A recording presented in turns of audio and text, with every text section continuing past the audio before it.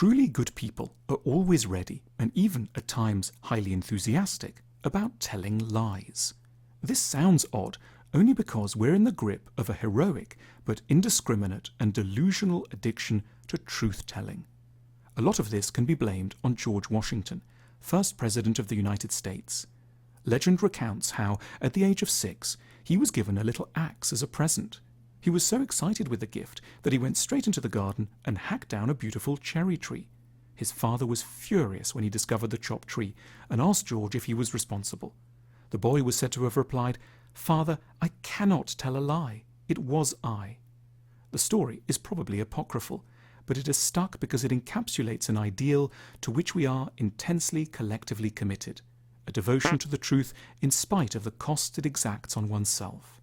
In this scenario, the liar is odious because they seek to evade a necessary and important truth for the sake of low personal gain.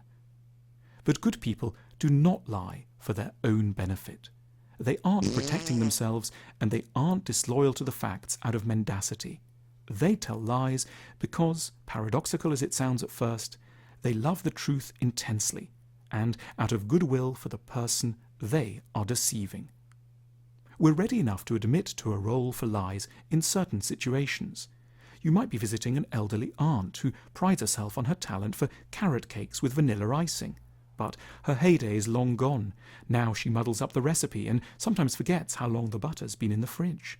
The result is pretty off-putting, but it's deeply important for her to feel that she's still able to please others. That's why you lie. The lie isn't produced to protect oneself. It's told out of loyalty to a bigger truth, that one loves the aunt, that would be threatened by full disclosure. As is so often the case, a great truth has to pass into the mind of another person via a smaller falsehood. What makes falsehood so necessary is our proclivity for making unfortunate associations. It is, in theory, of course, entirely possible to love someone deeply and, at the same time, to believe that they are terrible at baking. But in our own minds, the rejection of our cakes tends to feel synonymous with the rejection of our being. We're forcing any half-decent person to lie to us by the obtuseness of our thought processes. It is because the aunt is in the grip of a falsehood, "If you don't like my cake, you can't like me," that we will have to offer her a dose of untruth, "I like your cake," by which we can make sure that a big truth, "I like you," can remain safe. The same principle applies in more tricky situations. Suppose a woman goes away to a conference. One night, after a lovely conversation in the bar, she gets carried away and slips into bed with an international colleague. They don't make love, but they do have a sweet time. They rub their lips together and entwine their legs. They will almost certainly never see one another again. It wasn't an attempt to start a long-term relationship, and it meant very little.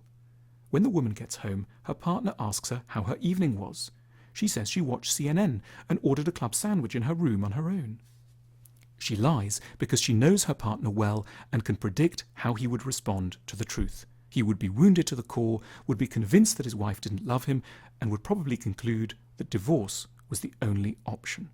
But this assessment of the truth would not be true. In reality, it is of course eminently possible to love someone deeply and every so often go to bed with another person. And yet, kind people understand the entrenched and socially endorsed associations between infidelity and callousness. For almost all of us, the news, "I spent a night with a colleague from the Singapore office," which is true, has to end up meaning, "I don't love you anymore," which is not true at all.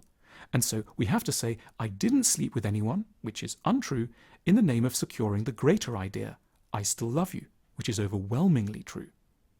However much they love the truth, good people have an even greater commitment to something else, being kind towards others. They grasp and make allowances for the ease with which a truth can produce desperately unhelpful convictions in the minds of others, and they are therefore not proudly overcommitted to accuracy at every turn. Their loyalty is reserved for something they take to be far more important than literal narration, the sanity and well-being of their audiences.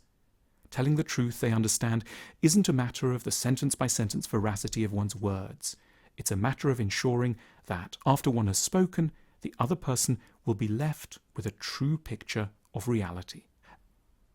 This concern for the well-being of others explains why kind people only ever lie when there's little chance of their untruths being detected.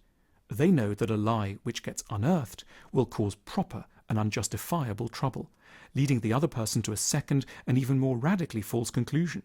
Not only that you don't love me, the first untruth, but also that you lie to me because you don't love me, a second, even greater untruth. It can feel condescending to hear the logic of the good liar spelt out, but that's only because we don't like to acknowledge the fragility of our own minds.